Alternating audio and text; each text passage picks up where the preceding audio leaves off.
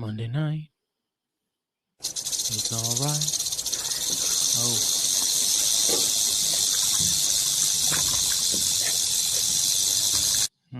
Well, that's thoroughly obnoxious.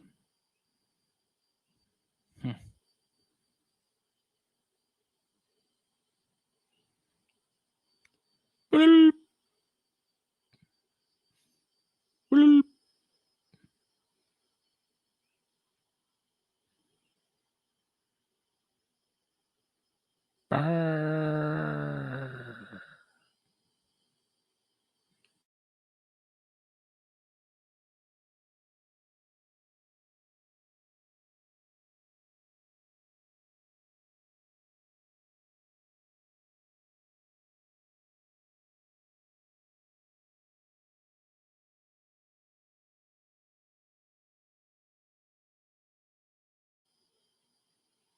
Hello.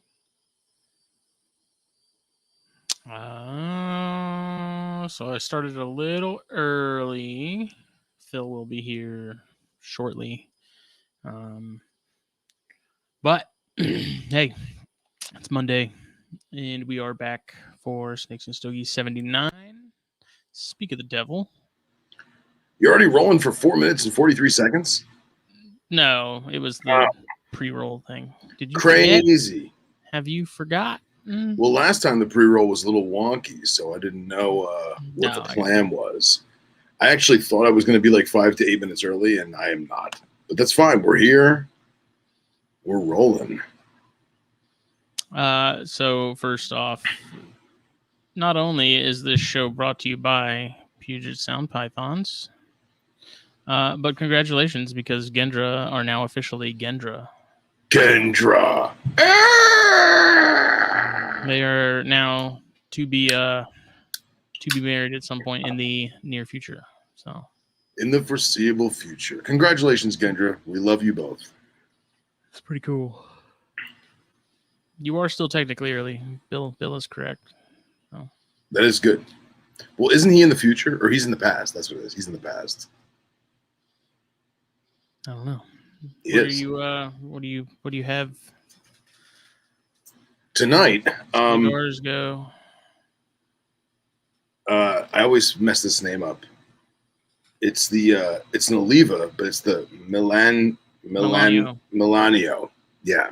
So I was actually saving this for like an afternoon smoke. I got the regular. Hey, nice. I was saving this for an afternoon smoke, but it plumed out. Like I brought it with us to Texas, and like I got home and I was like, "What the hell happened to this?"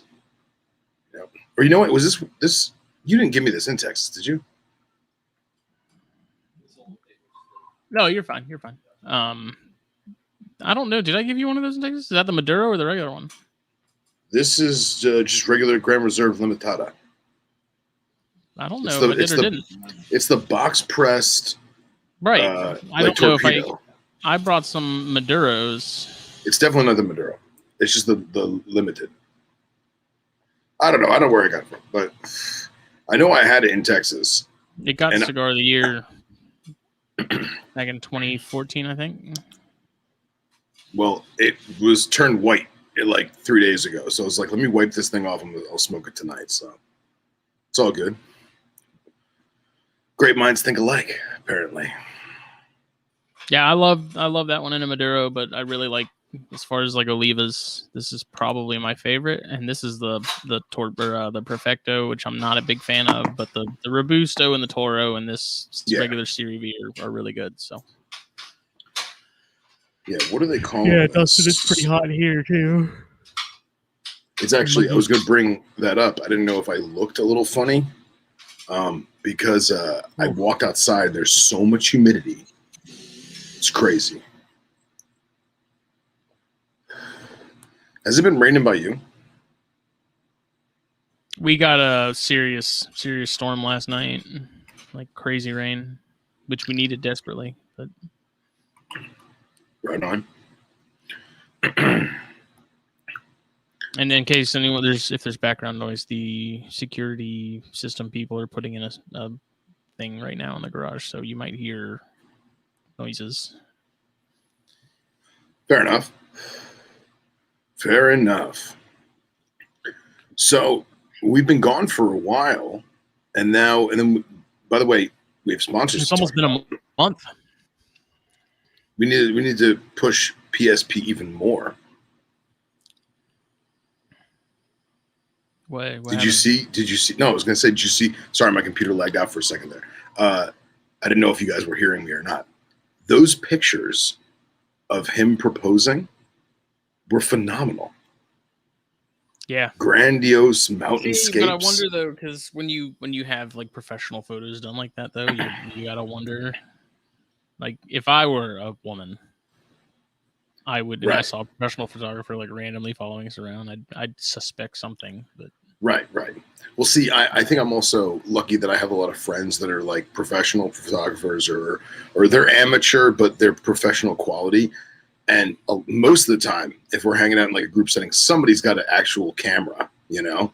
So I'm sure, I don't know if Gendra did it this way, but I imagine that there could be some kind of not a lure. What's the word I'm looking for? You don't realize, oh, Chris bought his camera.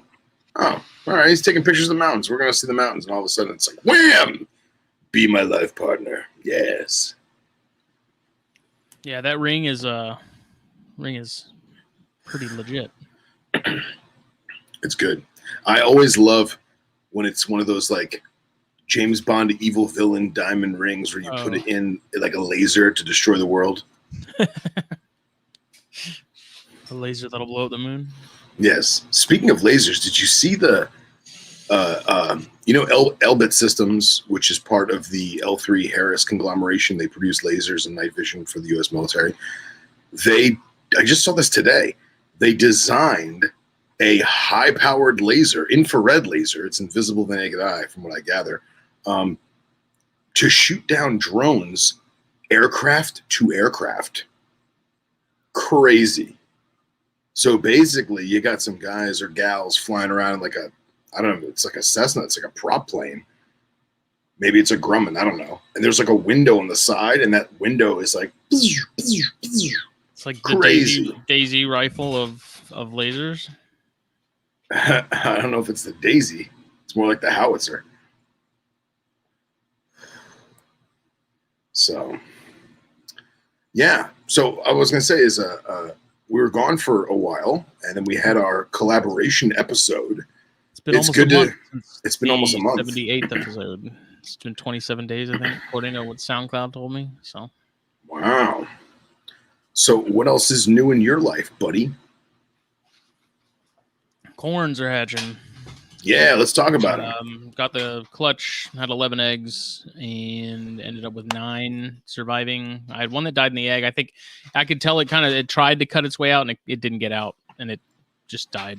And then one of the eggs went bad pretty early on. So, and I was going to ask you, with 9 of them, they've all but one, I think, have had their sheds, and then I offered food to them yesterday, and I got 7 of the 8 of the 9 to eat. Very cool. I was going to ask you, remember we were talking about how the eggs were almost completely translucent when candled? Yeah. And I mean, the general consensus was leave it alone. Something's growing in there, you know? I'll send you the pictures right now, actually, if you want to share them. Yeah, let's do that, because, I mean, I don't think I've ever, I know I've never bred corns, but I don't think I've ever actually seen corn eggs candled in person. And I thought that was very interesting. You sending me on Facebook or text? Messenger. Okay. Yeah, it's like it's almost as if there was nothing in there, you know. I mean, with the exception of the veins, I thought it looked like just, you know, dud unfertilized eggs.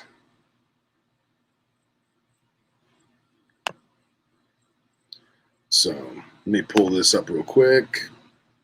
It's taking forever to load. There they are. All right, let's get a share up in here. I got to figure out if there's like a hotkey for StreamYard. That way I don't have to open like 14 windows. You know what I mean?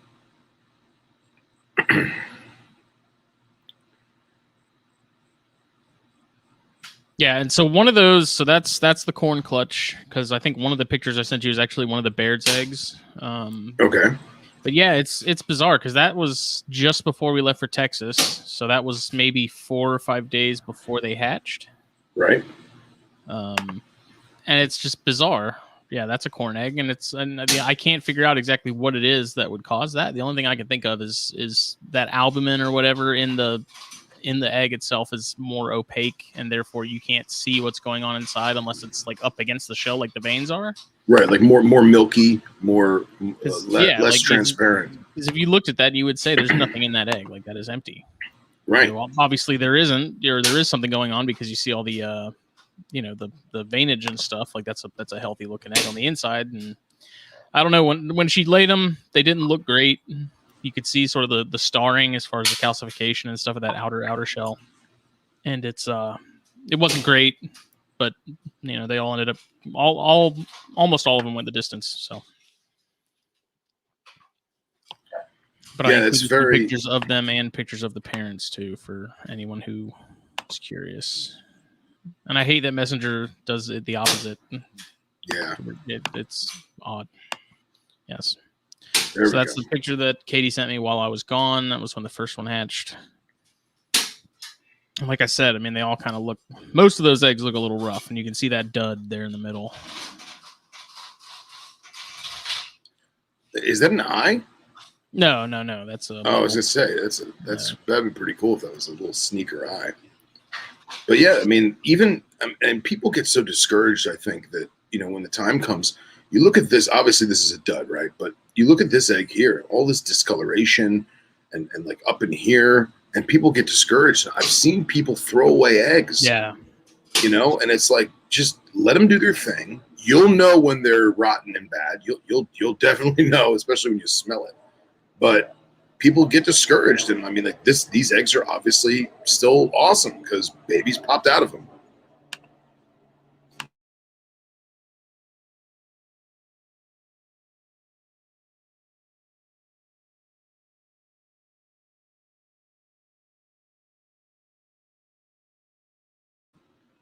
That's awesome, Jeff. Congratulations, bro. Yeah, so on what we were just talking about, Jeff said I tricked her by saying we need to get professional pictures of her with the mountains in the background. I pretended to ask a random photographer to take pics when then popped the question. So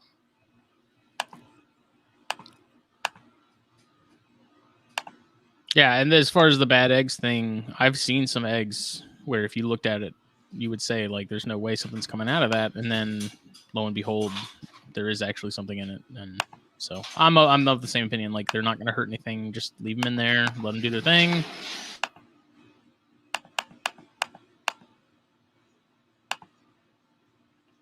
Can you hear my computer going ba-bing? No, I can hear your keyboard clicks. Okay. I guess the Snakes and Stogies group chat is having an audio call, I guess, or something. No, I don't know. I don't know. My phone's on silent, so. All right, let me get the pictures of the adults up here. Cox, what snake did Bill get? That retic that I wanted that I didn't have room for? Yeah, so that's the male. Nice. And this great contrast. This will just show sort of the variation among these things, even within like the same property, because the female literally came from the neighbor across from my parents' house when she was tiny. So the boy is darker. He was found under the porch at my dad's house. That's the female. So, I mean, literally, we're talking about a difference of like maybe 200 yards. So, not a lot of space between them, but you can see the pretty clear difference. She's a lot more orange overall, not nearly as dark. That male, he gets like this really dark oak sort of color to him. And then all the babies came out really dark like this as well, which I thought was interesting. And there's one holdback for sure. That's the lightest of the bunch. And then I'm going to hold back probably the darkest of the bunch. I'm going to end up keeping, either 2.2 or 1.3. I'm not sure, but yeah, just crazy dark, and they all but one ate. That one holdback was the one that didn't eat. I'm just gonna try live with that one next, because all the other ones I just put them in a cup with some food and it was gone within a couple hours. So definitely not used to that happening. I'm used to struggling and dealing with really picky eaters. Yeah, right. It's always awesome to have strange to just throw something in there and it's gone. Yeah, right. It's the way it should be, right?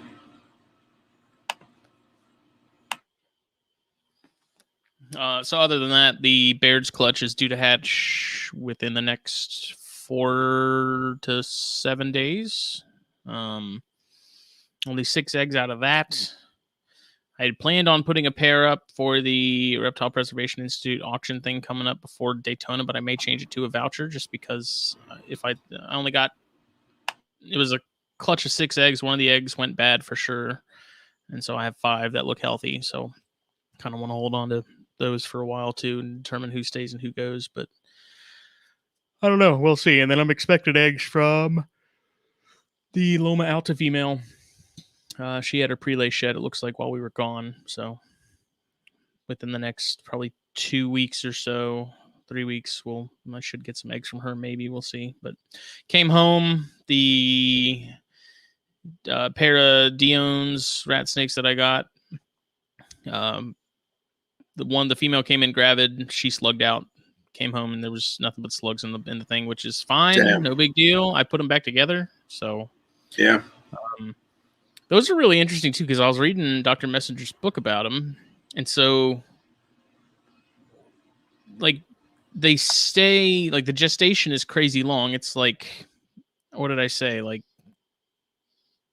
I have to look it up. It's the gestation is... It's like 120 days. Yeah, the gestation is super long. And then the incubation is literally, it said, like, 3 to 4 weeks. So it's like they lay them and it's like, boom, they hatch. Like, it's very bizarre, and I guess it makes complete sense when you're looking at it in terms of like cold weather. You know, your cooler temperatures. It makes more sense to hold on to them and sort of incubate them yourself, with your own temperature. Mullendorf are like that, right? I don't know. I think so. Probably. Yeah, I'm pretty sure they have like 120 day gestation, and then it's like a 3-week incubation. Something to that regard. Someone's going to correct me, I'm sure. So. Mike Cameron said those Loma Alta bears are nice looking. That female in particular is probably the nicest bears I have out of all of them. Like she's the most, she's like the poster child for Loma Alta stuff. And the male looks good too, but that female is just top notch. It's crazy, man, because we have now been to Loma Alta. Right. How awesome is that? You know? Bill, the Dion's came from a friend. I'm supposed to be getting another one from said friend soon. And another Baird's. And how are the green fellows? They're fine. Nothing new there. What about your new green fellows? Oh, those guys. Yeah, I got some Rhino Rats again.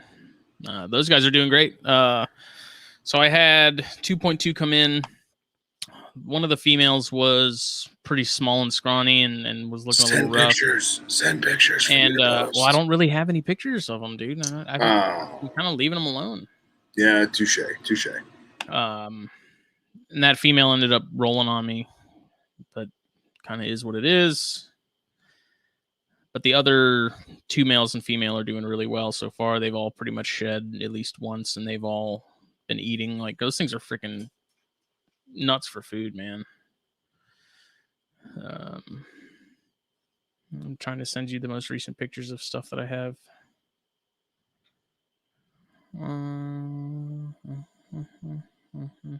Yeah, I'm not going to misplace those ones. I made sure of that. Believe me, I made sure they were locked down and weren't going anywhere. So, thank you for your concern. Door sweep, yeah. I don't remember which one exactly that is, but I think that is the other female, I believe. That's the one female. Dude, the thing looks so good. Dude, there's just some of the most interesting snakes, like visually, like seeing them in person. And it's funny, I was holding one earlier and I had it outside, and like a breeze would come and it would start doing the sway. Oh yeah, like it is hilarious. Like you didn't have to do anything, and it would start doing the what rough green snakes do. Oh yeah, try to like move in the breeze like a chameleon. Yeah. And so that's another male albino beards from Matt Most, which it's full like on. In all honesty, that is the nicest albino I've ever seen so which far. Is and it's crazy because it doesn't look like an albino. Like, to me, that doesn't look like your traditional albino colubrid. It looks just like a high white animal. Because, I mean, they're so silver as they are normally, you know? Well, that's what's bizarre is that one's really nice, and I'm curious to see how it progresses. But the other male albino I have, now where his saddles are, it's starting to turn almost like this, like, bruised blue. Really? It's, I don't know if I can get into pictures, but anybody saying Baron's Racers over rhinos is wrong. Yeah, that's crazy. Snake. But yeah, that thing is nice, dude. That thing's insane. I'm really excited to plug him into some stuff down the road. And he's a few years out. That's the male Dion's. I need to get him outside and get some natural light pictures because it doesn't do him justice. Like that guy is straight up orange and pink, like a sunset sort of fancy mango that's one of those beverage. He's that orange. That's one of those species where you can't really do it with a cell phone unless you're outside, and indoor lighting just makes them look drab. Well, they're it's a bizarre species to begin with because they have the pattern like a garter. They've got the head stamp of a corn, but they have the eyes of like Gonyosoma, like true Gonyosoma. Right. But they're smooth too, so they're not keeled like garters or other Thamnophis. They're just this sort of weird amalgamation of things. But they're very cool. Pretty mellow for the most part. These guys too. It's funny. I was pulling the shed out of. It wasn't that one. It was the biggest one of the group that I have. I was pulling the shed out when I got back, and it like came swinging out of that hide and like was like trying to grab it and stuff. Like they're so food, yeah, man. They're so food driven. It's insane. Are you going to try the goldfish in the bowl thing, or guppies or whatever? I don't have any reason to because they're all eating on their own. But I would like to give them some every now and then, like periodically, just for enrichment. Just to change it up a little bit. But they're eating fine on mice, like no problem. So yeah. Good stuff, man. Good stuff. Still nothing new on as far as the Jansen I go. I need to put the male back in with the female actually and see what I can make happen. But I put a humid hide in there, aka a lay box, and she spends a lot of time in there, but she hasn't dropped anything. So okay, what it is. I'm trying to get my photos to load. Apple wants to be a pain in the neck. But I had a couple pictures I wanted to share. I had nothing paired up. I didn't have any eggs in the incubator, so I only came home to shed skin and poop from my trip to Texas. But I don't think I showed this when we did the collaboration. I don't know why I would, but that my newest wrinkles shed for me for the first time. I mean, this is like a yearling animal. But it's crazy because as many banded critters as I have, I mean, with the exception of like the Franklin Mountain Lepidus, nothing really looks that banded when it's shed. And it's funny is the contrast, like, because obviously it's black and, orange and yellow and citrus colors. Like, I was just impressed by that piece of skin. And then when I was cleaning up, because I have them on paper towels for now, I was shocked to find this, which I thought was super cool. I posted it earlier today, and obviously it's like a Ninja Turtle. it looks like a Ninja Turtle, dude, right? And yes, it's a bad shed. Yes, the shed was flaky. It didn't come off in one nice piece, but first time shedding in my room. It's on paper towels, not the best conditions, but yes, Cox, sweet hog nose, right? But eye caps came off. The whole head cap came off. The cloaca and the tail came off. So, like, I'm happy, you know? But I just thought that was super cool, like that Teenage Mutant Ninja Turtle head. It looked ominous, looked cool. I thought it was nice. So that's literally the highlight of my return to my animals. So I did, however, again, coming home and cleaning stuff, you know, I've been talking about my my Underwoodosaurus that I got from Leland Ward. See if these load. So I got a pair. Well, I don't want to say a pair. I got 2 babies from Leland almost 2 Daytonas ago. And he told me when I got them, he's like, listen, I can't guarantee sex. They're too small, blah, blah, blah. I said, of course, I don't hold you to that at all. He's like, but I will tell you that I've looked at enough of these guys to know which one's going to grow up to be hypo. He's like, and I really think you've got one hypo and one normal. Well, turns out I have 2 females. Nice. Because they're finally big enough to really like definitively know. And it can you not use like a jeweler's loop like you can on cresses and look via that? I mean, I'm sure you could, but you know, you're just looking for a bulge with these guys, you know. And I'd rather wait for the bulge or no bulge at that point, and know for sure than take a guess, you know. And then they're supposed to be communal. I don't keep them together. I keep them separate just for ease of feeding and stuff. But I'd rather not have a mistake, so to speak.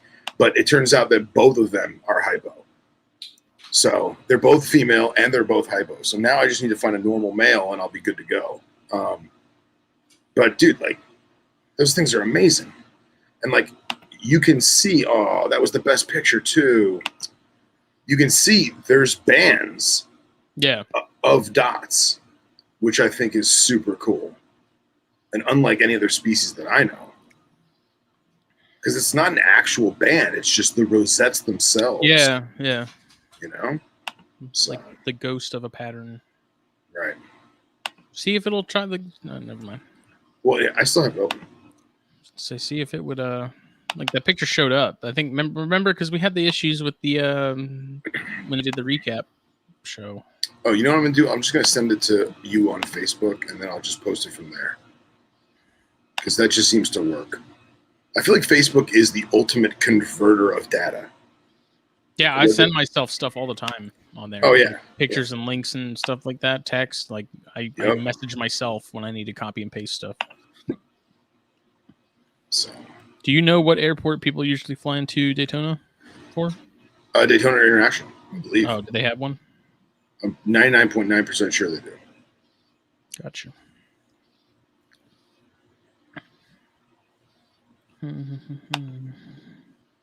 So now it's not letting me see the gecko picture. Well, I'm just going to do this from my phone and make life simple. Instead of delaying this beautiful show that we're orchestrating. So, how's that burning? Fine. Mine got a little too hot too quick, starting to canoe on me. Yeah, those ones, they're not rolled terribly tight, so they do kind of burn a little faster. But I will say this, though. I forgot how good a fragrance they had. It almost... It's one of the most popular cigars that we sell, man. Yeah. It almost smells like a flavored cigar, and it's not. I mean, the taste is proper, you know, but it almost has that... I prefer the Maduros just because the Maduros have a little more going on. A little more naturalness to them. Yeah, I don't know. Like the regular ones, they're kind of flat to me as far as flavor. So, like, look at this gecko, man. Yeah, that's cool. Like, even if you're not a lizard person, like that thing is just too freaking cool. Just the giant black marble eyes. Yeah, and like I always forget how long and thin their tail is, you know, because I have all the knobtails. Like you don't think a lot of times it's kind of curled up or it's like laying against a piece of bark or something. And then you look at how long those digits are. those toes are just so long. It's crazy, you know?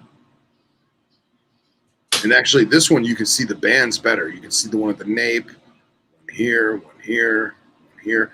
And again, like even the yellow opposed to the white, like it's not that the skin is banded. It's just the rosettes make the bands. It's awesome.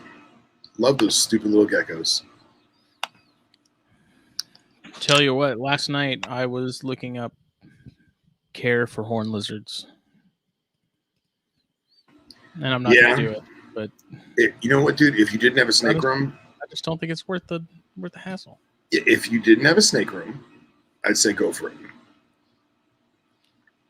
But I think that was, we can get that sort of out of the way first, is like our main. So we already did the recap episode of what we did in Texas and stuff like that, but we never really talked about what our sort of our main takeaways from the trip were. Yeah.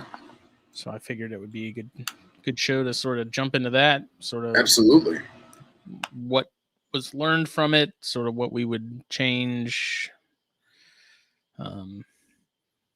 And I mentioned it on that recap show, just the fact that seeing what the species and stuff that live in that habitat deal with gives me a much bigger respect for them, because it's got to be hard living, man. 100%. Especially the Big Ben stuff. Just, you know, and getting my hands on some of the horn lizards gave me a better appreciation for them. You know, before it was like, yeah, they're cool and all, but it's not until you like chase one down, catch it, and you're holding it, and it's just kind of there, and like they're little armored tanks, man. You know, just, and the coloration, is so different to the point where, like, I mean, I obviously don't know every species, and I haven't handled every species, but just being in the pet trade as long as I've been, I've seen a lot of different ones, and dude, none of the Texans that I've ever worked with or played with, none of them look like that. And it just goes to say that, like, yeah, they look like puff adders. Like they have the puff adder color sort of pattern. Yep, they look like puff adders. But like that doesn't look like that in captivity. It makes me wonder, like, what we were doing wrong all these years, you know? And you know, talking to Doc Julander and him talking about, you know, the harvester ants and how to replicate that in captivity. And it would be fascinating to do. I think it'd be amazing if you could have like a 100 or 200 gallon, you know, vivarium long across like a wall in your living room with like grasslands and, you know, fake ant mounds that you could have the harvester ants come out of the ant mounds. Like, I think that would be amazing. But guys like you and me with, you know, large diverse collections, it's a big commitment. Like, I don't think it's definitely not impossible. Yeah, it is. If you're going to do that, I feel like that's one of those things where you're putting a lot of focus and emphasis on that project itself. Yeah, or better yet, it's not something you're just doing on the side and you're just like, yeah, I have horn lizards. It's like, no, you're like, your horn lizards, then everything else is on the side, kind of thing. Right. I look at it like this: if you and I didn't have dogs, or if we didn't have, and you have your cat, and you didn't have to clean a litter box, you didn't have to walk the dog, you didn't have to play with the dog, you didn't have to, you know, cater to having the dog. Because let's face it, as much as we love dogs, they are a fair bit of work, way more work than reptiles. If you didn't have Archie and Hector, you could probably get away with doing the horn toads proper. But like, I know myself. Well, like, think about this. Think about how many times a day you walk Archie. You know what I mean? How many times a day you play with Archie, and you take that but you take that exact amount of time and you focus on one species with one enclosure, then yeah, it's doable.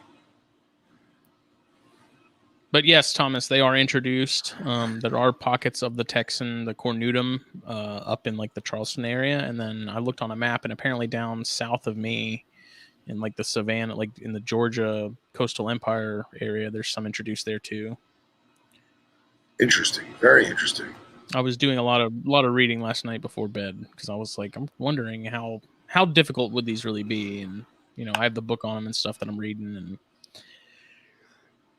not something I really want to pursue on any serious level. I just have an appreciation for them and think they're pretty cool. So. And I'll be honest, that was, as much as I love rattlesnakes and I love desert life and scenery, being in that valley with the grasslands and the rolling hills of the grasslands and seeing the horned toads in the wild, horned lizards in the wild, like, I think that was the highlight of the trip for me too. Yeah. Let me see if I can get this. I'm going to have to go. I want to pull up that same video in case people missed the collab the other night. Let me get the video. I sent some pictures to you as well. Okay, yeah. I turned off Facebook for the time being just because I was sick of hearing the beeps and the dings. I sent one of like the ant, which is a really bad picture, but it shows you like the ants they're eating are huge. They're harvester ants. They're gigantic. Apparently they hurt, according to Rob Stone and Eric Burke. I got hit by one at Did some you? point. Yeah, not on the I got hit on the day that we didn't find any. We had gotten out of the car for something, and one got me. And it's crazy because you get bit and you're like, ow, that hurts. And like, okay, whatever. And then 10, 15 minutes later, that's when it starts to really hurt. And that's when you start to feel that venom get up in there.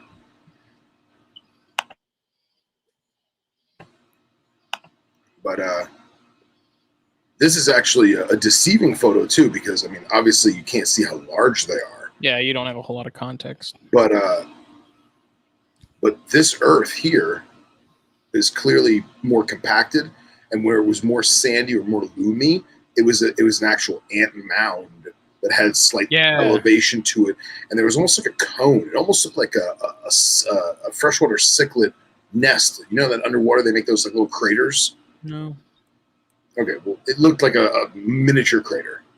And some of the ones we found were just massive too, like just huge amounts of ants. It's nice. Yeah. Thousands of ants. Thousands of ants, all the size of a Tic Tac, you know, large ants. Oh, look at that. Super cool. Let me see if I can get that video.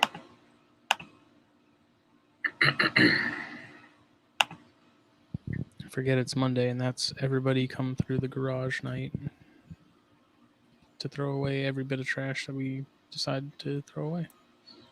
It's thank God for the mute button, right? Yeah, those and the Coleonyx geckos, I think, were probably my favorite finds.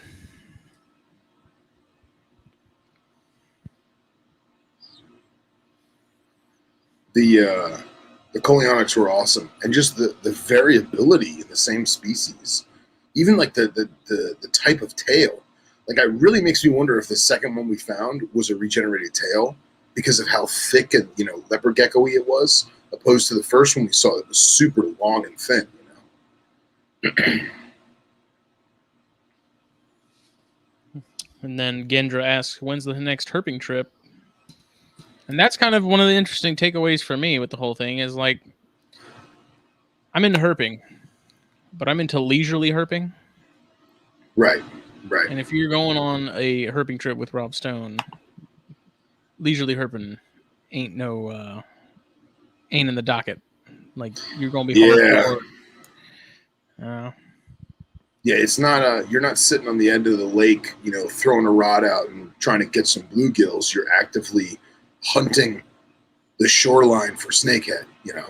Just had me questioning myself the entire time. I was like, am I just one of those guys that's just not really into herping? Or is it just that this is like the extreme? Because this is like legitimately my first legitimate like herping trip. Like, that is the plan. That is what we were going for. Like, that's the whole point of the vacation, you know. So I was expecting to just be kind of chilling. You know, obviously we do some road cruising. Obviously we do some walking around the cuts and all that stuff, and then just be hanging out. And man, oh man, Rob Stone's gonna push you. Oh yeah, and gonna work for it. I feel like there's also. I'm glad that it was the way it was, but it's just, if it were done, like if I had done it the way I would, we probably wouldn't have gone out nearly as much, but that's just because I'm lazy. I feel like it also is, you're doing more of a commitment because you've spent the money, you've taken the time off from work, and you've flown 3,000 miles to do this. You want to maximize the meager amount of time that you have. I mean, let's face it, you're there for a week, right? Yeah. It's not a lot of time. And you have certain windows of opportunity for certain species to be moving or visible at all, I should say, you know, because even though the sun is hot and everything's hiding, I feel like you still, even if it wasn't hot, you still wouldn't be able to see certain species simply because of camouflage. You know, it's so much easier to see a reptile at night with a flashlight, a headlamp, or a black light, or what have you, simply because their skin's going to reflect it, opposed to during the daylight, it's meant to blend in. You know, in the cover of darkness, you get the contrast to it. I found the video of that prairie, and I just love this video, man. Like this just shit. And again, it doesn't do it justice. It does not do it justice. But, yeah, especially when we were there at like sunset and stuff, man.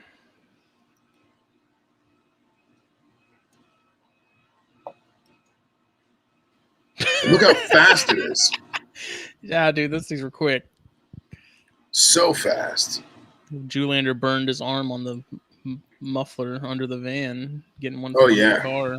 That was the worst. The minute we see it, the minute we see it, right in the car. It's funny that's like they when you get out of the car and you go to pick them up, that's the first place they go is under that car, and I think it's because they know, like, it looks like a big rock, I guess, and it's an easy, shady spot to hide, but it's almost like they knew that we'd be chasing it around the vehicle, you know.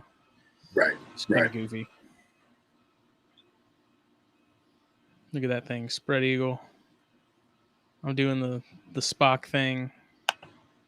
There it is. Look at that. Look at that shirt you're wearing too. My crooked tooth.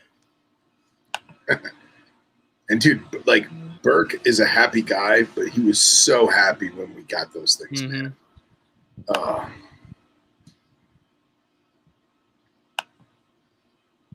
My name should be Earl. There we go. Yeah, it's just total puff at her, like the banding and the eye and all of it. Just,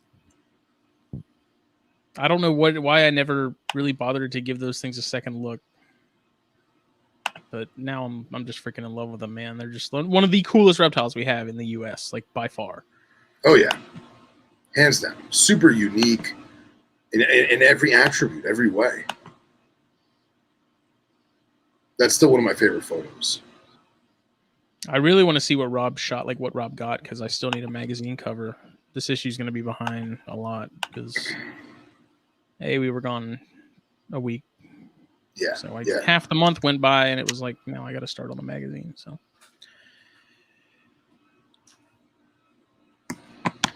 So before we talked about that was one of my biggest things. Yeah.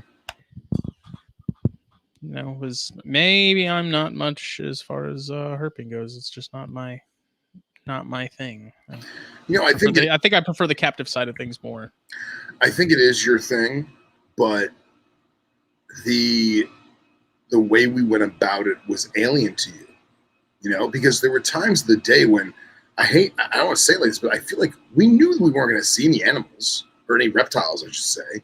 Like we knew it. It was just we were just hiking to hike and to see nature and all of its beauty, you know, which I totally appreciate. I totally get it. But the nighttime was the right time. You know what I mean?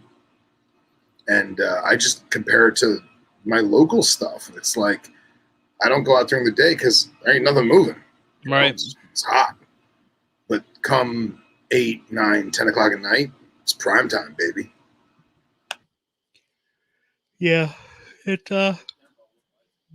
I don't know. Like I said, I think it's just the captive side of things as far as herpeticulture and herpsco, I think is slightly more my wavelength. And I mean, there's plenty of guys they love running around out there and, you know, could care less about keeping any of it in captivity. And that's their wavelength. That's just the way I see it. You know, some people they would prefer to keep the exotic stuff and the air conditioned room, and some would rather be out in the middle of the freaking desert in Texas and finding this stuff. And that's cool too. Like I said, I mean, I really did enjoy finding a lot of that stuff, and you know, the night snakes were awesome. You know, as common and simple as those were, and you know, just I don't know. Thomas Irvin says, "Smoke cigars and road cruise." I like it, and I'll tell you, you know what our next herping trip is, right? It's the local dirt roads around P and Cody's before Daytona.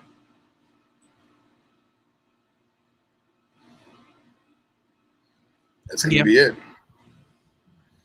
See what we can find out there neck of the woods.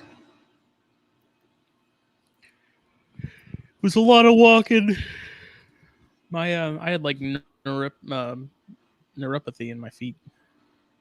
Oh, did you? Yeah. Like my feet were like tingly for several days after I got back. Really? Even while we were there, my feet were tingling. Like they don't now, but that's just the diabetes. The neuropathy was and even Juliander said that he was getting it. You know, it's just from walking around so much. And that's what, like you were saying before, like the whole sleep schedule was the complete opposite of what I usually do at home. It was a big shift as far as, because I'm very routine in terms of, you know, sleep and things like that. So it was a pretty big shake up on my body and mind in that regard. Even the physical activity, like I'm not super physical. I don't work out. So especially like Lost Mine Trail, that was, my body was not prepared. It's not conditioned. Yeah, man, it's intense. It was intense. I'm trying to find the Colionics pick for Doc Wyman. Where the hell is it? Other main takeaway was the desert is amazing at night. Yeah. Oh, so yeah. Those were kind of my three things. Was A, it's incredible that animals can even live out there, especially the bears and stuff, as hot as it is. B, I'm still not sure if herping is my thing or not, at least hardcore, intense herping. And the third one is nighttime desert hiking is pretty sweet. So this is the first Colionics we found. I think this was on the first night, actually. And that was just a kind of an in situ, running around on the rocks kind of photo. Each one of these stones here is probably about the size of a grape and maybe a blueberry, just to give you an idea how small the gecko is. But if you just look at that tail, so long and just velvety looking, you know, bands for days. It's awesome. Actually, I'm pretty sure the next photo is Rob. There you go. So you can get an idea how small the gecko is. That's as far as I could zoom in. There's a tiny little booger. And you're going to rock. And that tail is not that stubby. It's actually bending around the rock there. So it does come to a full point. And let me try and find the second one we had. Yeah, man. Like when you see those firsthand, it's incredible just how exactly like a leopard gecko they are. Yeah. There's no other animal to compare it to. It's an American leopard gecko. And why people aren't all about them, you know, I'm even tempted to mess with them now after seeing them. You know, they're so cool. And it falls in the same category as like the locality corns and the bear rats and stuff. It's just like, that's simple American stuff. That's just cool. Yeah. We have it here. And it's like no one, because it doesn't come from somewhere overseas or something, it just gets overlooked. And it's like, we have so much stuff in our own backyard, man. Yeah. Well, it's like I have a group of Mitratus now because of Pan Shop. You know, Underground got a bunch in from, I believe, Honduras. And I was like, hey, Chris, what do you think of this? He goes, dude, they're my favorites. You got to get them. They're communal. Set them up like this, do that. He sent me some articles to read. And, dude, I'm having a lot of fun with them, man. They're awesome geckos. It's my first time legit keeping geckos communally. Communally. And they're doing fantastic.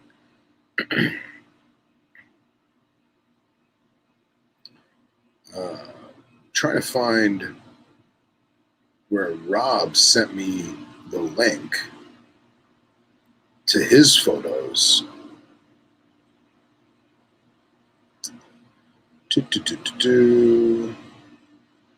So many messages.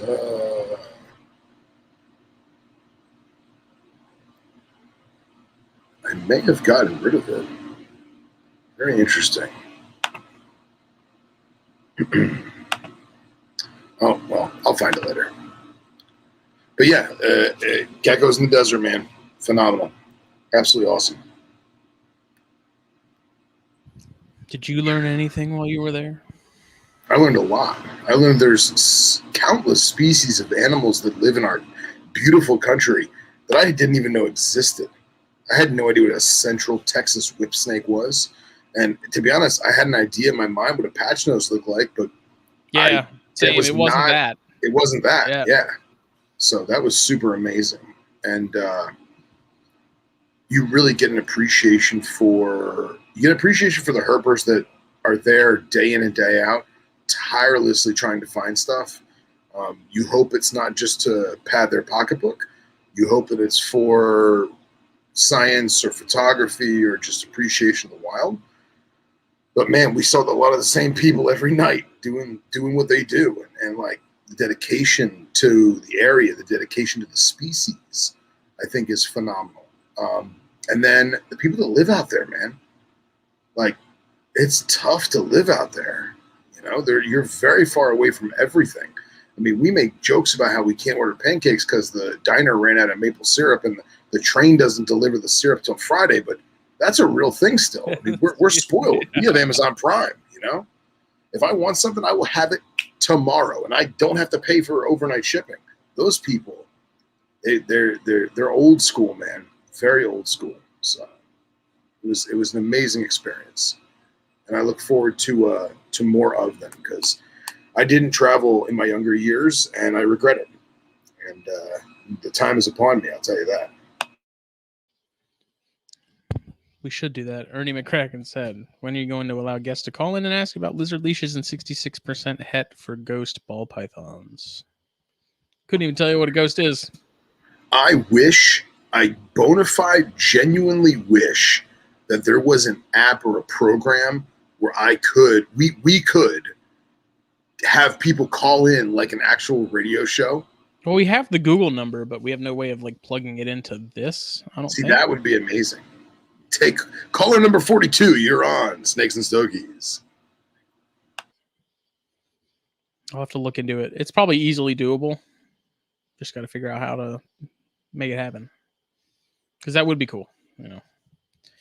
Yeah, because you figure video's cool, but some people, they don't want to be on camera. They don't want to be on video. Maybe their bandwidth isn't working well enough to do, you know, the actual video itself. But everyone's got a phone. Everyone can do audio, even if it's through Facebook, you know? So we got to figure that out because that would be a lot of fun. Radio show. Yeah. The shadow knows. You want to talk about inlands? Which ones? Because I'll talk about all of them. But yes, let's talk about inlands. You want me to explain where I'm coming from on the inland thing more detailedly? I think that you and I share the same opinion of this topic. However, you lean a little more one way and I lean, but we need to break it down and explain it to our listeners and viewers what exactly we're talking about. So why don't we start from the beginning? First off, disclaimer. Disclaimer. I'm not that upset about it. That's fine. There's no voice inflection in text message, so forgive me if I was... Everyone in our group appears to think that I'm like really fired up over it, and I'm really not. I don't get it. All right, so let's take it. Context. Let's take context. Go for it. So our buddy Casey Cannon. Well, we were talking about inlands. We got on the topic of inlands, and of course, there's some albino inlands which do look very cool. Let me see if I can find a picture. And Casey Cannon, of course, is all about it, and that's cool and all. Is there pictures on Google of these? I think there is. I'm not seeing them. She's talking about how, albino inlands that look really cool, and he wants to, that's something he would like to pursue. Hold on a second. So let's rewind, because as much as our viewers, listeners, and friends are Morelia people, Morelia freaks like us, we're talking about inland carpet pythons, okay? Yes. Which are a completely separate animal from the coastals, the jungles, the brettles, the Darwins, all that. Right. There's not. Why do I have bugs crawling on me? So Casey's all about making these things, and that's cool and all. My biggest. So well, my point. Real quick. Let's elaborate as to how it is made. So the albino gene in carpet pythons is, correct me if I'm wrong, strictly a Darwin gene, right? Correct. Okay, and you have to hybridize. Right. Darwin's with something else. You have to breed an inland with an albino Darwin, or another, dare I say the word, mutt carpet that has multiple other genes in it, that other mutations or genetics or localities that also happen to have that albino Darwin blood within. So if so there's a tiger albino jungle. Well, it's not an albino jungle. It's a tiger jungle that has albino. I mean, I'm probably fucking this up, but go on. You guys get the point. As I'm sure a fair chunk of us know, there's not a lot of inlands in the U.S. floating around out there. There are people that have them. There are people that are breeding them, but you're not seeing them in the numbers that you're seeing coastals and jungles and Papuans and all the regular Darwins, I guess, for that matter too. And so my thing with the whole albino thing is it hurts a little bit knowing that the availability of just either the both or one of the two lines of inlands available in the States, there's not a lot. They're not bred very consistently. Like Mutton breeds them. Bert's been trying to breed them. Juliander breeds them. So there are people that do have them. Like it's not like it's only like 2 people in the country that are working with them or anything like that. Right. But it's not like Dunn's pythons or anything. It's right. There are several people across our nation that are breeding them, but they're only ones that are selling them or showing them off or even letting people know that they have them and that they bred them are very few and far between. So in my personal opinion, there are lots of breeders in what I like to call the Morelia Illuminati, where they're usually a little more, I don't want to say secretive, but they're more private individuals who will swap snakes amongst their friends, or they'll sell snakes amongst their friends. And they're out there, but we, the common folk, dare I say, don't necessarily have access to them. And it's not because they're astronomically expensive. I hate to say it, but I passed up a pair of them for, I think it was like $1,200 for the pair. Which is pretty standard for those. Which is pretty standard. So still, for a carpet, they're still up there. Right. But the available ones to, quote unquote, the common folk are few and far between. So Justin's point is, can we please have a regular supply of the lines before we start worrying about the morphs? Is pretty much just what I'm getting at. I equated it to sort of like hog noses. That may not be a good analogy, but you think about it, the morph craze got so big with hogs that finding a normal hog is very difficult still. At least from what I've seen. Like I do check periodically in the classifieds and stuff, and I don't see normals available that often. It's like we got so enamored with the morph thing in that species that normals got completely thrown by the wayside, and it's one of those things where if you want a hognose and you don't want to spend $400+ on a hog, like, it might be a little difficult. Yeah. And that it goes to the classic, Ian Malcolm Jurassic Park quote is, you were so enamored that you didn't think to stop and think if you should.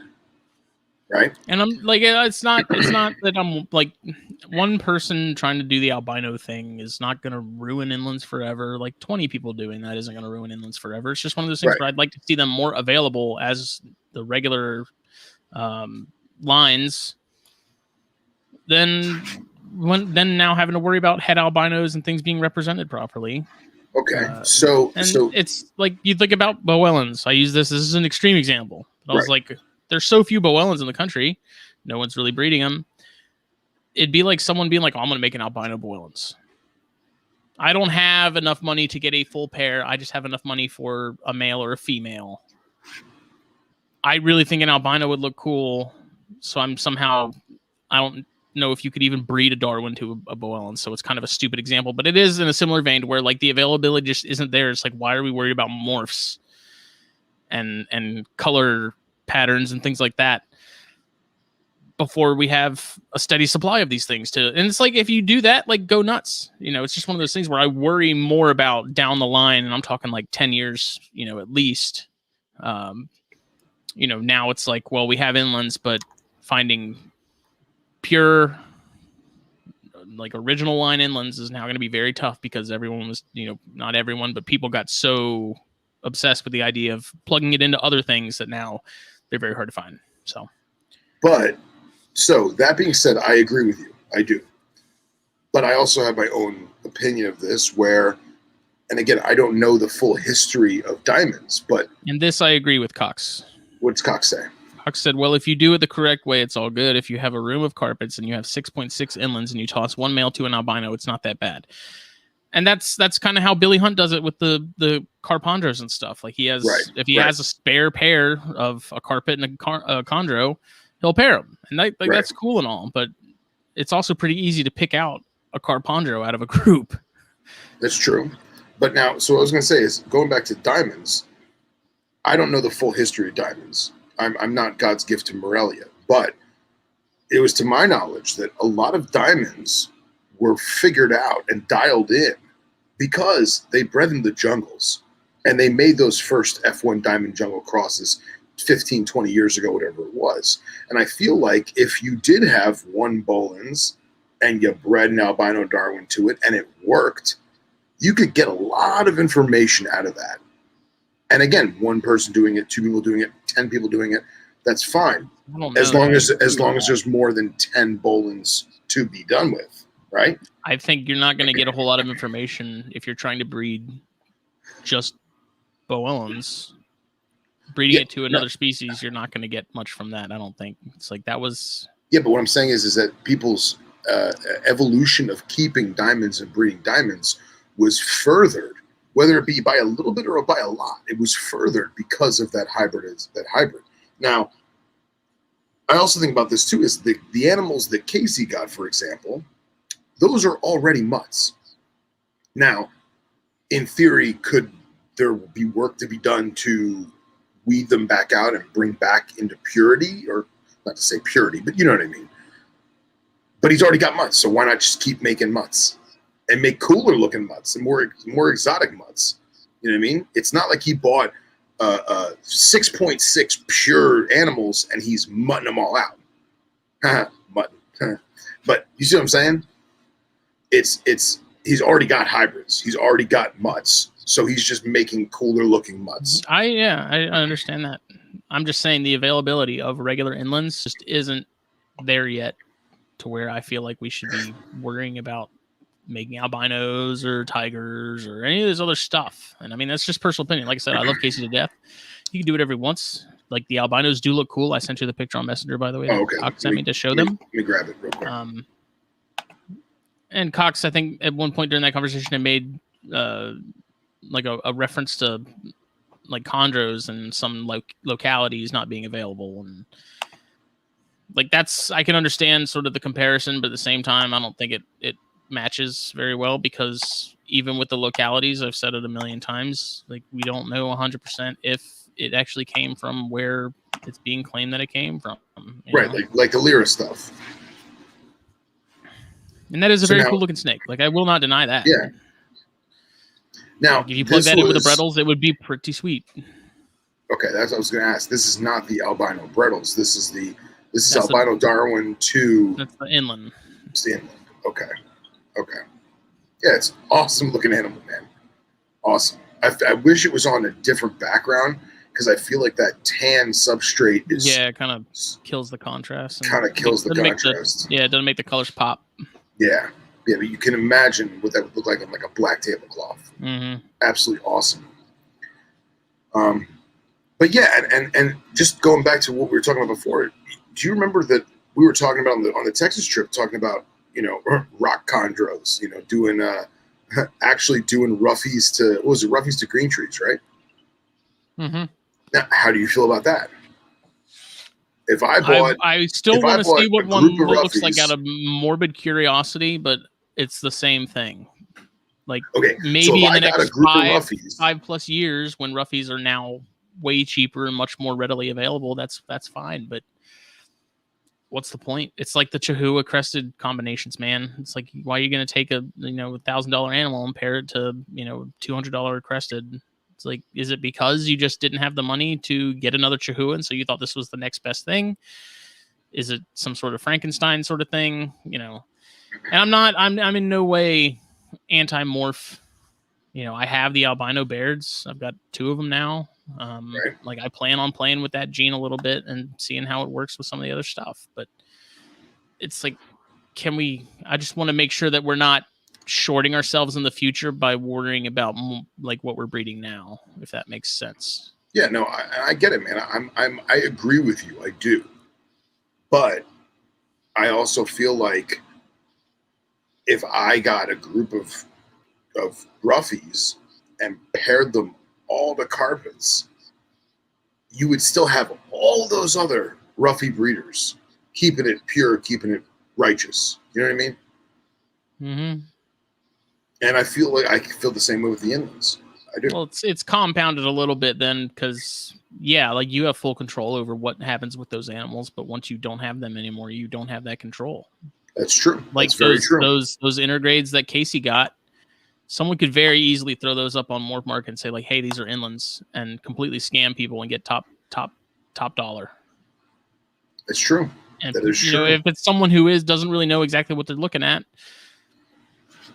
then they're gonna now, next time when they're done with it and they want to move on to something else, they're now selling it as an inland, and it is now going to someone else. And it's just that thing. It's like you're not gonna be able to control what happens to that animal after it's left your collection. That's true.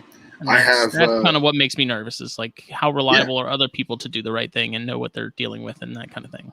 Right.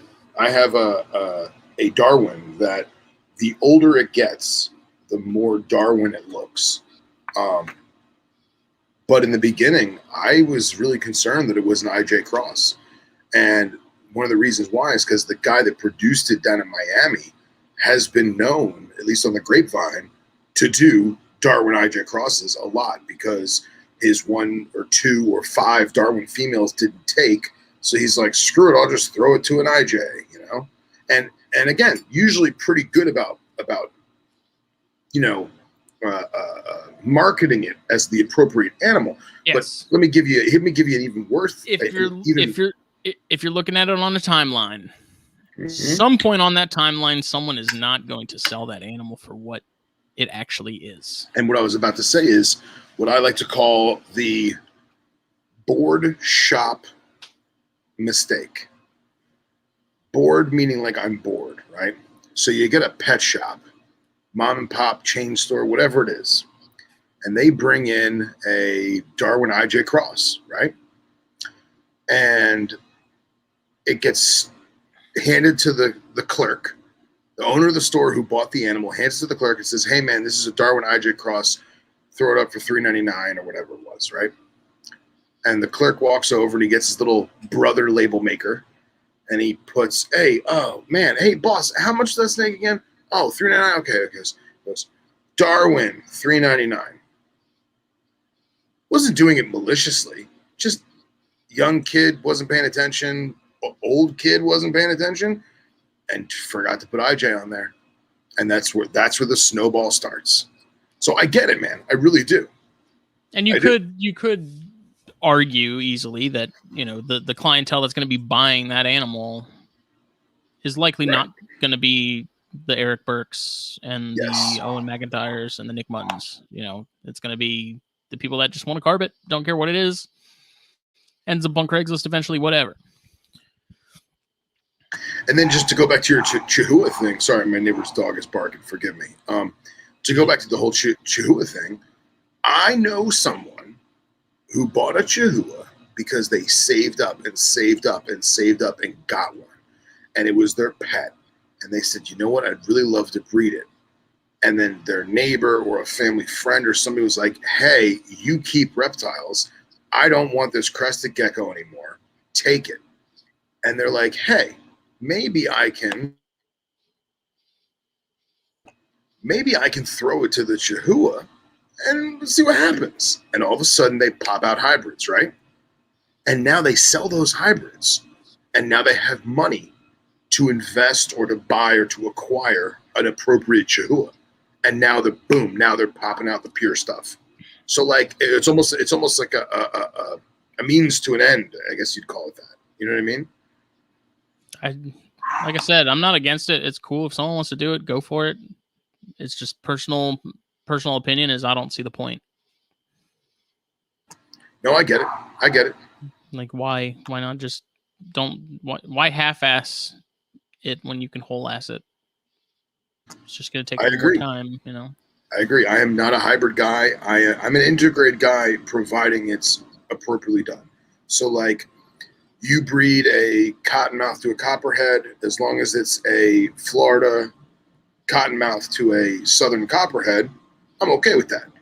You start breeding a Trans-Pecos to a southern, I'm not into it, man. I'm not. It's just not going to happen, you know?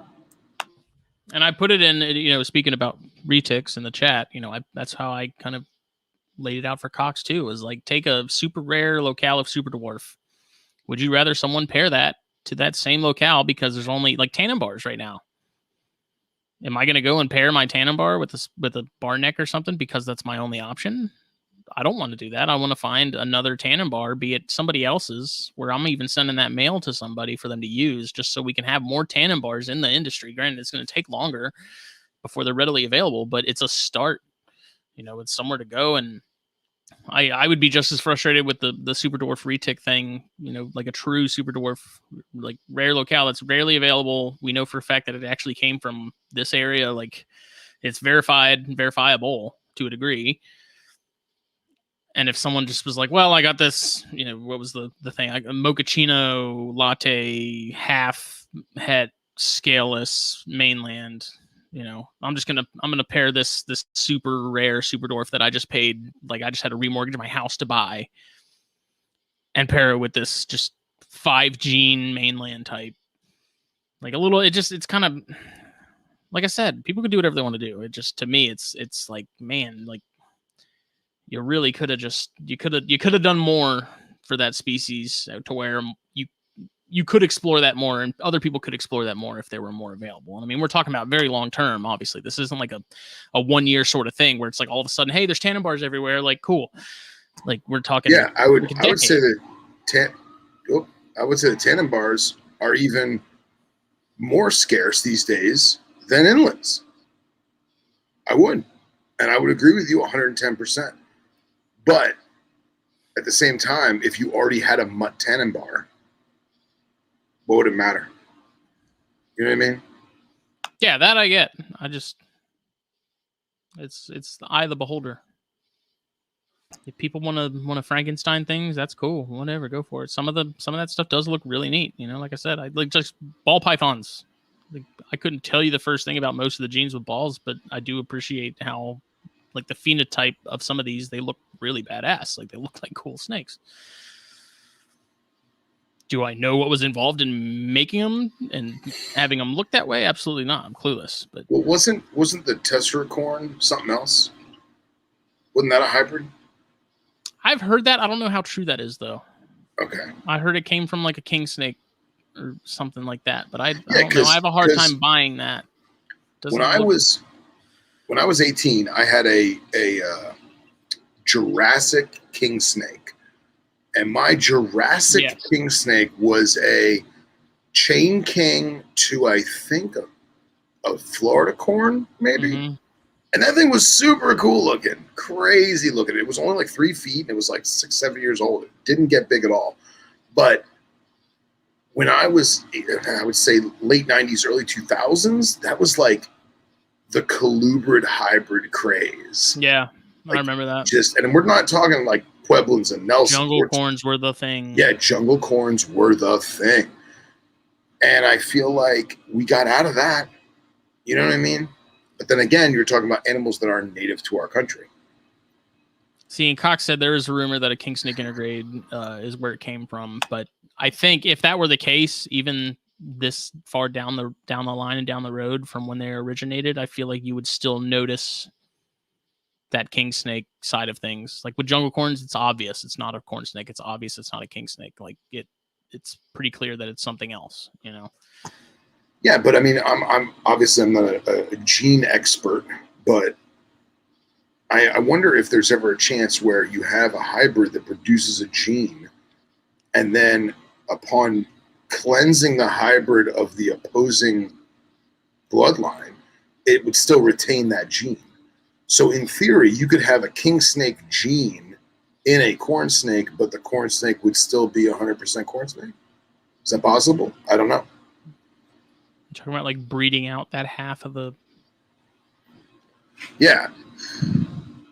I think it'll always be there to a degree. Like, yeah. You know, it's just like the carpet crosses. Like you can get as much of the diamond out of the diamond jungle, diamond coastal cross, but it's always going to be there a little bit, I would think. Maybe that's something Wyman could chime in. Yeah, I was going to say, where's Doc Wyman? So. And then, do you guys think palmetto corns are 100% corn snakes? I have no reason to believe they're not. The first one was wild caught. But could it be something else? It's entirely possible. We'll never know. We'll never know. And I feel like in my personal opinion, if it wasn't some kind of hybrid or intergrade, I feel like it was just inbred to the point of causing a legitimate mutation. Even in the wild? Even in the wild. Who knows? You know, you hear about these barns, like a barn that was abandoned in the 1920s, and the only thing that has ever set foot inside that barn was corn snakes and rats. And they're just 15, 20 generations deep of inbreeding. Who knows? We'll never know. I don't know. Palmetto corns don't do much for me either, so. Yeah. I want all natural Florida stock. Johnny Barrett says, just because you have an animal doesn't make it your responsibility to make more of it. It may be irresponsible if it's endangered of being lost to the world and no one's working with it. And that I agree with. Yeah, I agree with that. I do. And that kind of falls in the whole category in the debate of like, should someone just have a lone Boelens as a pet because they have the money and, you know, it is what it is. Like because they can. Yeah. You know, it's like, sure. I mean, it sucks because, you know, there's people out there that are trying to make stuff happen with them. And, you know, maybe adding another animal won't make a difference. It won't give them any more success than a pair would. But yeah, it's kind of like the guy that owns the white rhino or something. It's like, there's only a few of these around. Why do you just have it? We need it. It's necessary. We need it for the cause.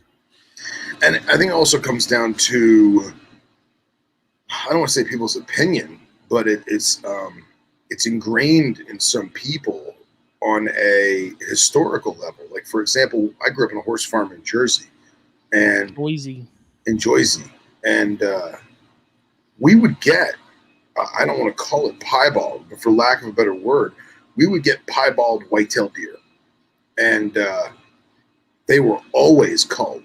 They were the first ones culled, And, you know, my dad would get a phone call from a neighbor 2 farms over. Hey, I saw one of those white spotted deer on your property. Do you want me to get him, or are you going to get him? And my dad would say, come over, get him, do what you want with him, you know, because my dad wasn't really big into it. But that was the thing, is they didn't want that gene messing up everything else, because for whatever reason, it caused an abnormality. And there are certain people that are old school mentality of, no, it's not supposed to be like that. Get rid of it. So who knows? And Hardin County Herp said we should start pedigreeing our animals. It would help us out with knowing history, locality, and working with zoos and facilities. And that's one thing I will say the chondro community does really well, is keep track of that stuff. I know with one of my animal from David Brahms, I'll bring it up and show you. I did a lot of digging to find,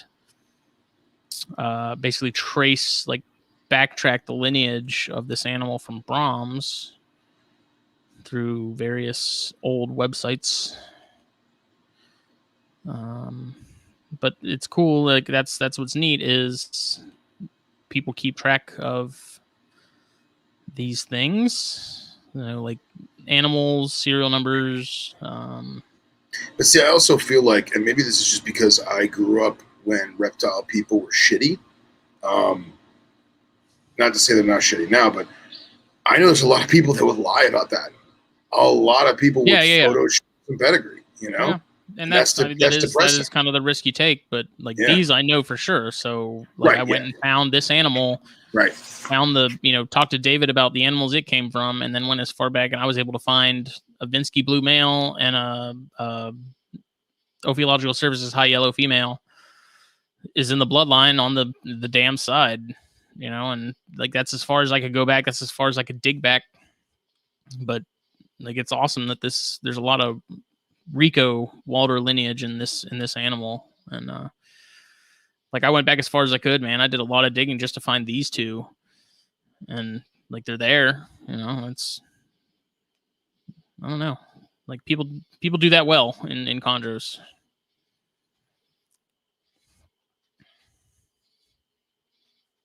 But Phil is correct in the whole, you know, having a verified lineage chart or something where we know for a fact that this is what happened, because there's always going to be people that take advantage of these kind of things and try and scam people.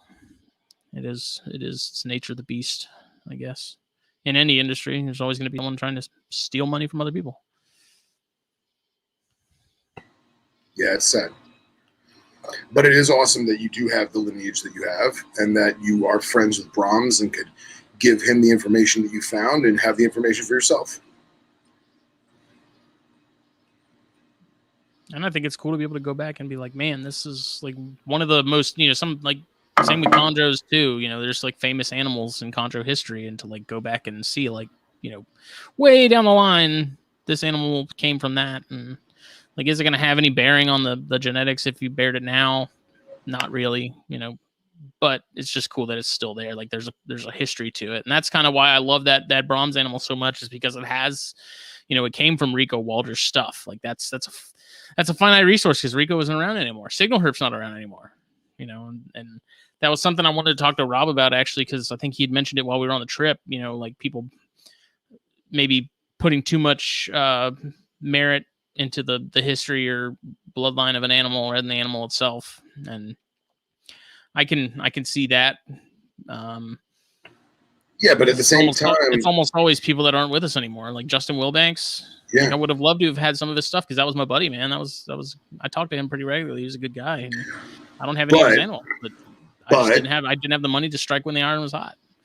Yeah, but as amazing as his animals were, is that because you wanted a sentimental piece to carry on with you, or his animals were that stellar that you wanted to keep the line going?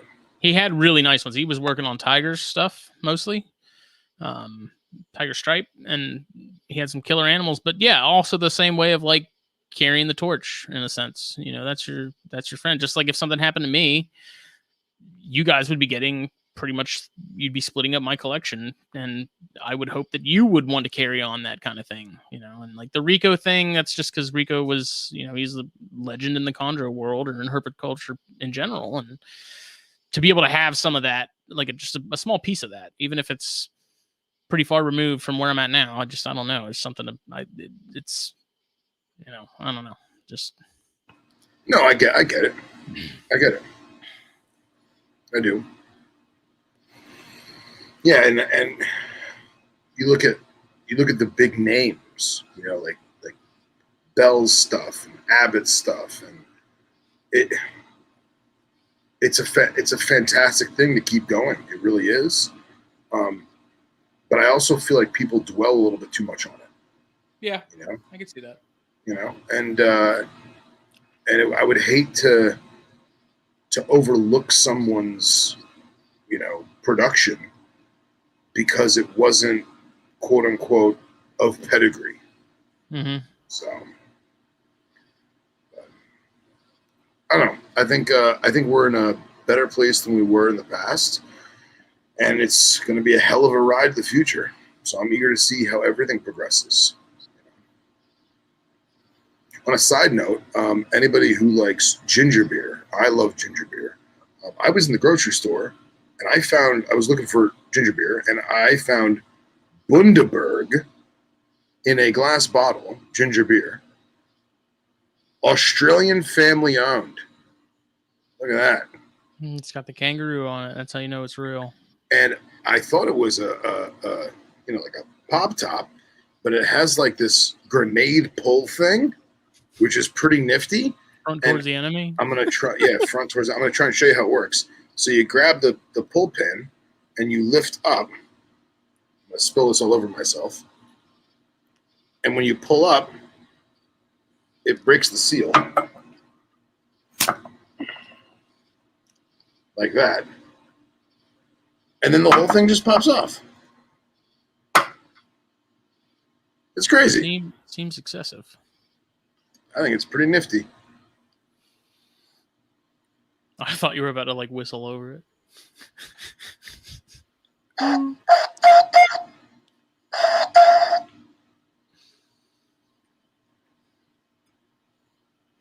Do you think that was the other sort of part of this conversation?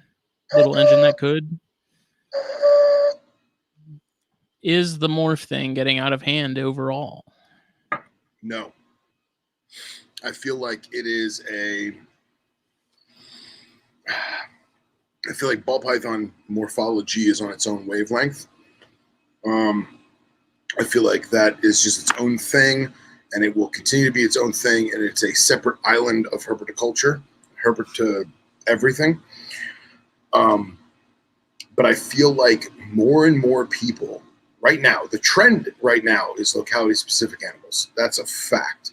People want to know where it came from and the phenotypes within.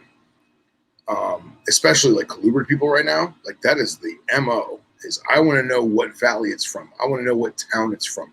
I want to know what highway it's from. Alterna madness. But I don't think that morphs are, I don't think people are like, I have to make this crazy color because that's what makes $1 million. That's always going to be a thought in people's minds. But I feel like right now, people are focusing on keeping things more pure and keeping things locality specific to the best of their ability. I guess that was to rephrase the question. Do you think the focus on morphs is getting out of hand? I don't think they'll like. I think it's plateaued. Breeding because they think someone thinks they're going to make, they're going to be the next Zuckerberg of reptiles. I don't think that's as prevalent as people make it out to be. It does exist, but I don't think it exists to the extent that it's led to be portrayed as. Yeah, I just don't see. I don't see people focusing on morphs as much as they used to. And like, there's that whole thing of while the United States and Canada was focusing on making morphs, Europe was focusing on how to have better husbandry. And I feel like now that Europe wants to do morphs, they're being shunned for it. And whilst here, we're trying to, do better husbandry. I feel like it flip-flopped over the past 15, 20 years, whatever it may be. But I don't think that morph trend is exploding right now. It's had its moments. It had its moments with corn snakes. It's had its moment with carpet pythons. It had its moment with hognose. And the hognose thing, I feel like, is legit tapering off now. You know, animals that were multiple thousands of dollars are now a few $100, a few $100. I mean, that's anything over a long enough timeline. Yeah, but what I'm saying is the timeline is not that long. What was it, 5 years ago? I mean, I don't know anything about hognose, but like 5 years ago, you know, super condas were a few grand. Now, what are they, $600, $800? I don't know. Yeah. So it didn't take 15, 20 years. It took like 5. So maybe that's because people were focusing on morphs and they knew how to do things. More people know what a Punnett square is. You know what I mean? Maybe because of literature or the internet, things have progressed. But I really do feel like morphs they're stable, but people are focusing, at least in this country, they are focusing on locality specific purebred stuff more now. Maybe because they've had a realization like you have where, oh man, I really love, you know, Mexican black kings and no one's breeding them because I see them at a table for $600 a baby. It's like, wow, that's a $50 snake. What the hell happened? Well, it's because everyone who was breeding them, they either got sick of it and stopped, or they realized that there was too many people breeding them, so they stopped doing it then. Yeah. And now no one's breeding them, so they're expensive. You know? That's something that's always fascinated me about just the industry, quote unquote, you know, is the economics of it and how cyclical and trend oriented it gets to be, and it's all because of the internet, you know. Mm-hmm. Yeah, 100%. Morphs remind me of 90s music genres, rock, rap, and pop splitting and coming back together and then splitting again. It's true. That is true. I mean, we've talked about this kind of thing in the past, and I definitely think there's a sort of a renaissance of sorts in terms of people now getting away from sort of the bread and butter of the hobby in terms of species and now branching out into sort of more obscurity and species that either never got the proper time and dedication in the past, and now, right. like, you know, I'm not going to necessarily say kukri snakes, but you see like Wyman working with kukris, and it's cool to see someone doing that, and I'm sure that inspires other people to see them and say, hey, you know, those are neat, I want to try them out. Yeah. Yeah, I got a local. Also, go ahead. No. Say what you're gonna say. I say it's crazy to me how much like the podcast influence that kind of stuff too. Sure. You know, with I'm sure Burke has reinvigorated the desire for people to hunt down gelatin jungles now. Yeah. And him talking about them, you know, I've had a lot of people with Bairds just because of how much I talk about them. Like it's wild, you know, and it's cool that it piques people's interest enough for them to want to pursue it. Right. And as much as I love giving Eric credit for the gelatin stuff. Maybe it's because I'm your friend. Maybe it's because I'm your co-host. But the amount of people looking and talking about Baird's rat snakes because of you is amazing. It really is. You know, and it makes you realize how many people actually listen to us jibber jabber for 2 hours. You know? Oh man, I was going to say something about. Oh yeah. So the whole thing of right now, in my opinion, of people focusing on husbandry and naturalistic stuff and locality specific pairings and stuff like that, I really feel like, and people are going to get mad at me for saying this, I really feel like it falls into the millennial hipster keeper, because the Generation X kids who are now in their late 30s, 40s, and even in their 50s, they were tank keepers with paper towels and or racks or whatever. And now you have, you know, the millennials under 30 that are more.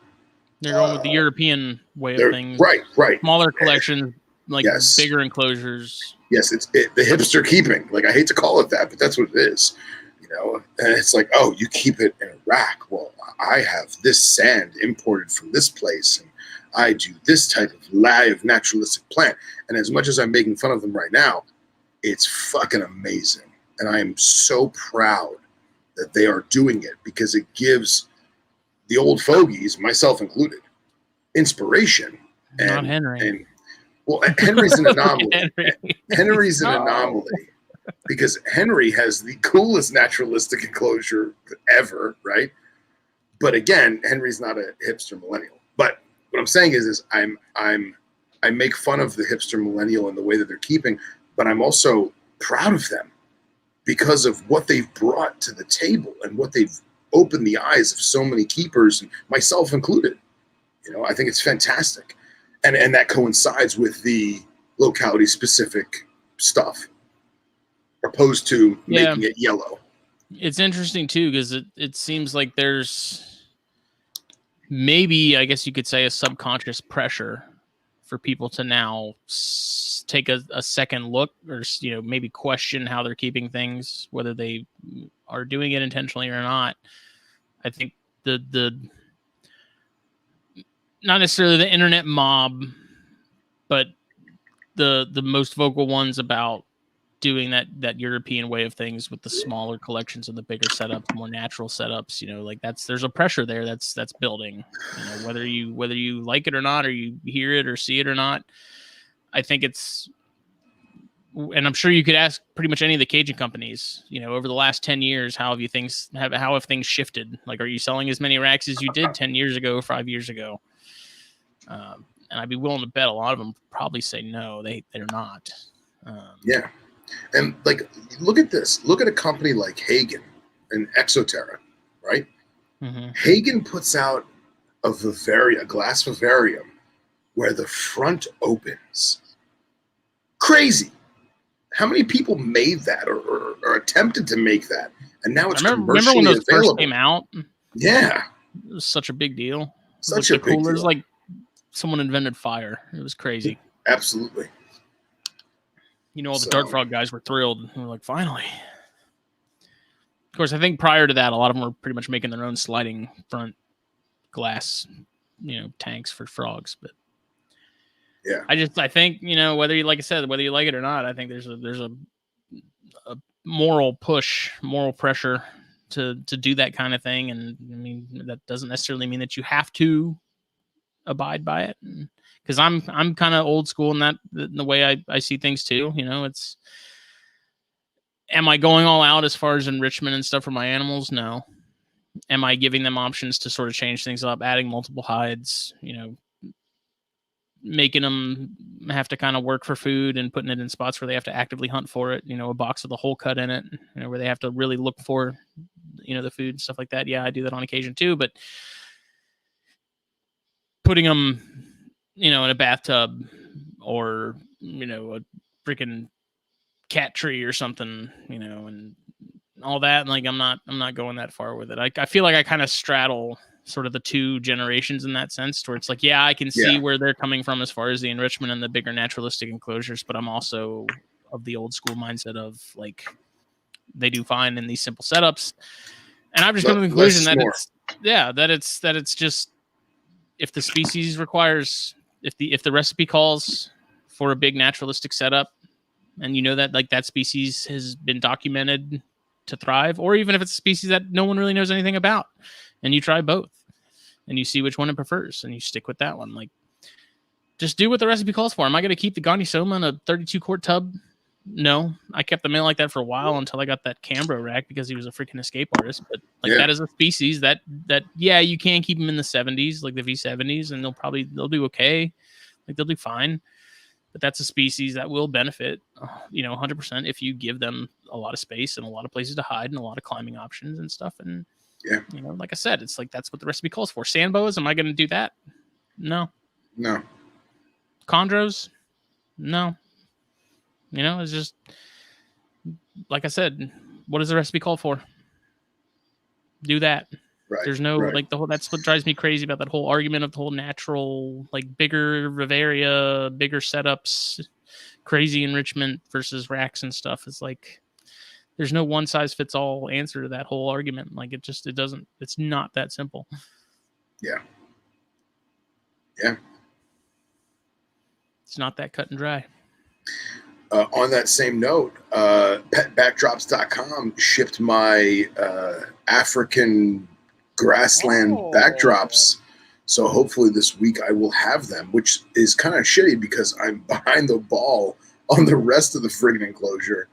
I I got the fake grass, but I haven't planted the real grass yet. So I'm gonna I'll probably put the backdrops in there and just keep them sterile with the nice backdrop for now, and then in the next weeks or months I'll finish everything. I know Iber's mad because I haven't finished it yet.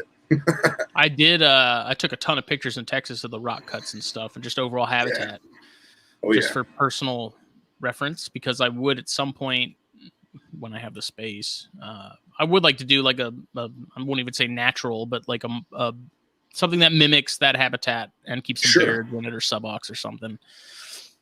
And then a lot of like the Edison Serpentarium and like Bee City Zoo, like they have corn snakes in this old barn sort of setup with old like tools and things like that, and like old reclaimed wood. And I was like, I would love to do something like that with the corns too. And yeah, man, rusty farm equipment. You know that they're going to use all of that climbing space and stuff. Like they're going to use the hell out of it. Yep. No. I like it. I like it a lot. One day we'll all live in giant mansions and have our own zoos at home where every piece of art is a living enclosure. That's the goal. Yep. So. But that was the three main points I wanted to get to of the night. Yeah. I don't know if you had anything else. I did. I wanted to talk more about books. I went book crazy last week. So I messaged Mr. Brian Hubbs on Facebook to get both the King Snake books, the General King Snake Bible, dare I say, and the Mountain King book, because I have a hardcore new obsession with Pyro Molina, and I'm on the hunt for them. So if anybody wants to steer me in a direction, feel free to DM me.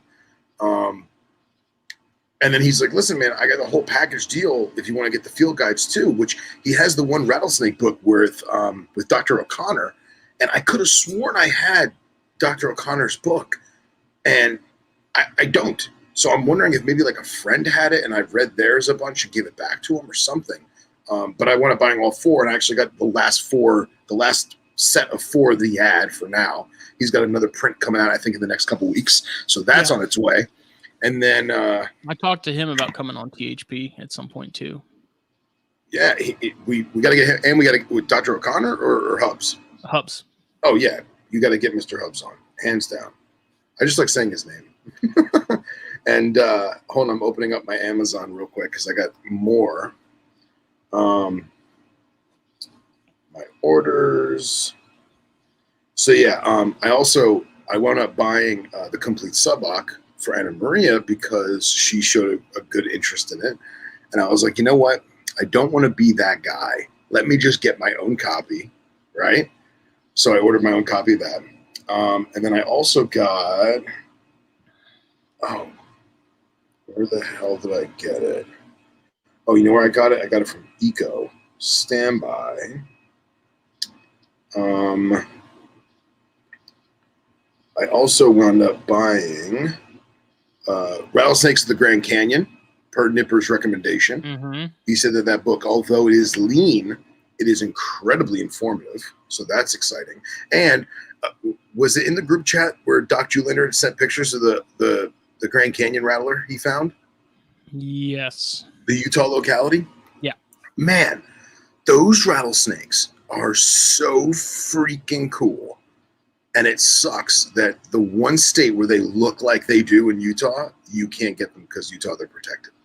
I mean, it's good that they're protected because they need to be protected. But again, it's awesome. And then I also wound up getting the Snakes of Arizona book that everyone speaks so highly of. I did not get the leather-bound signature series. It's like $1 million bazillion, but I got the hardback, so that'll be fun to the collection too.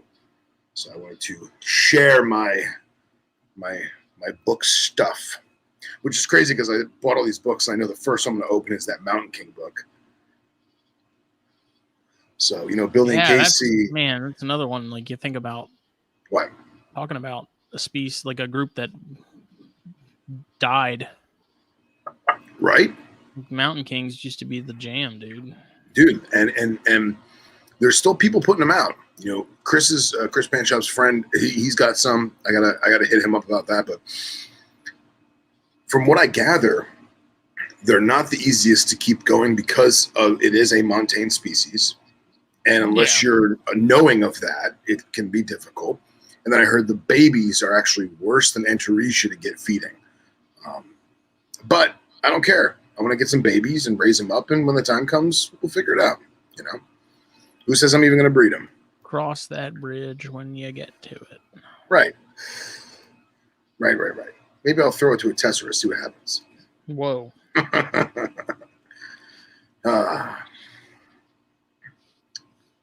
So yeah. Anything else you want to touch base on? Daytona, ready for it? Oh, I am ready. I am mentally ready. I may not be physically or financially, but I am mentally ready.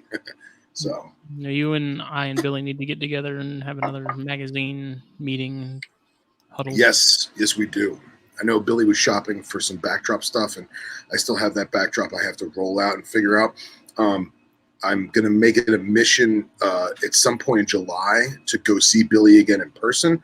I'm going to bring him that backdrop, and hopefully we can use it and put some logos on it and such. I'm also going to have him produce more shirts and stickers and decals, and we'll have tons of swag to sell and give away. And I'm excited, man. I'm really excited. And now that we have, Reptile Preservation Institute's fundraiser, that's going to be pretty awesome. Little micro croc. It's for crocodiles or is it for snakes? I think it's just for conservation in general. Labronia Alliance is going to be a beneficiary and some other stuff. So awesome. Good stuff. This week I'm planning to take a look at inventory as far as options for what issues we want to print and bring with us. Okay, cool. And go from there. Excellent. Awesome. All right. Well, thank you all for listening, joining, watching, and we will see you, or you will hear us Thursday night for the Herpetoculture podcast. Pretty cool guest lined up. I'm not going to reveal anything, but nice. I like it. Pretty excited. So same snake time, same snake channel. That's right. Puget Sound Pythons. Check them out. Facebook, Instagram, YouTube. They are officially the power couple of herpetoculture. Hands down. The power couple. Gendra in the flesh. Everyone have a good evening. Bye.